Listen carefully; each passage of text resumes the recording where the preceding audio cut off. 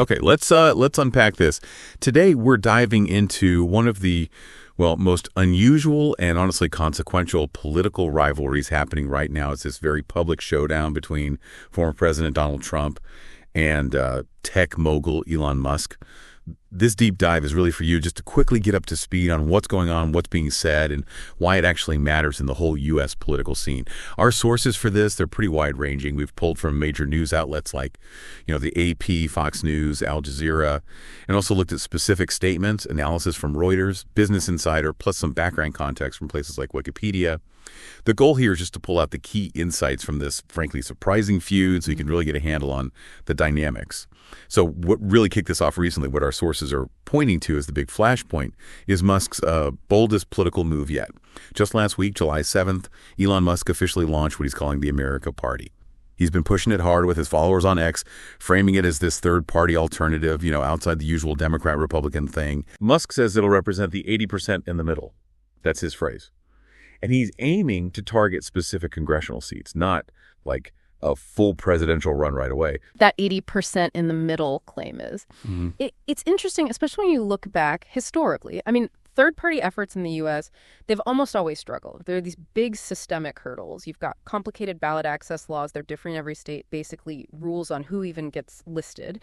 And then there's the winner-take-all system in most elections. Only the top person wins, right? So smaller parties get squeezed out.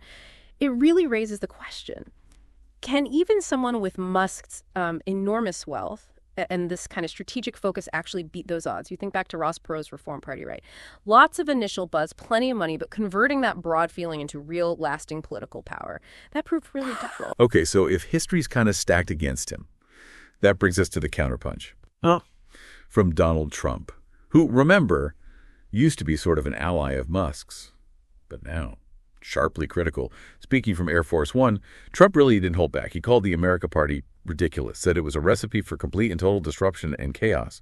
Went even further, calling Musk himself a train wreck who's gone completely off the rails. Trump warned that a third party just adds to confusion and, well, rarely works in U.S. politics.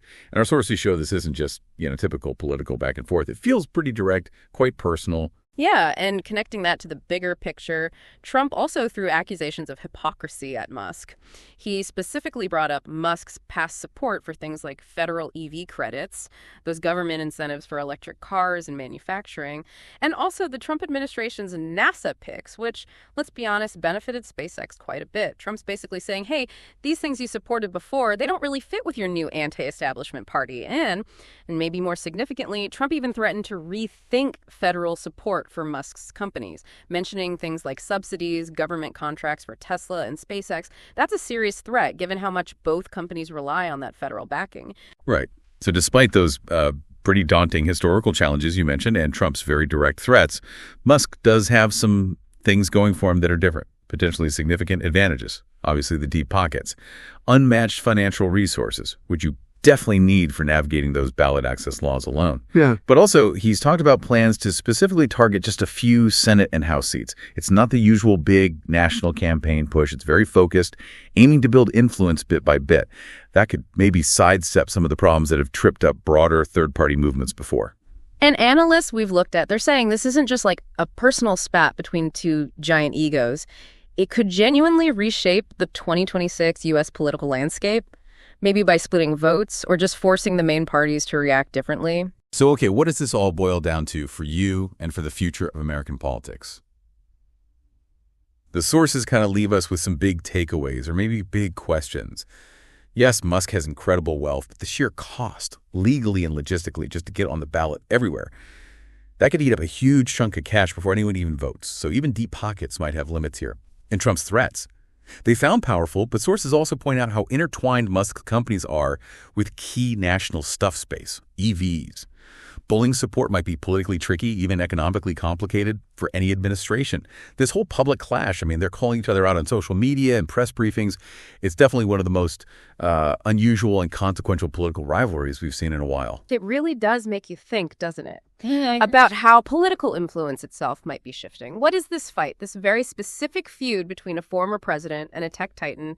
Tell us about who really holds the power now, who shapes the conversation in our, increasingly increasingly digital and polarized world. Definitely something to keep mulling over as this whole story keeps developing.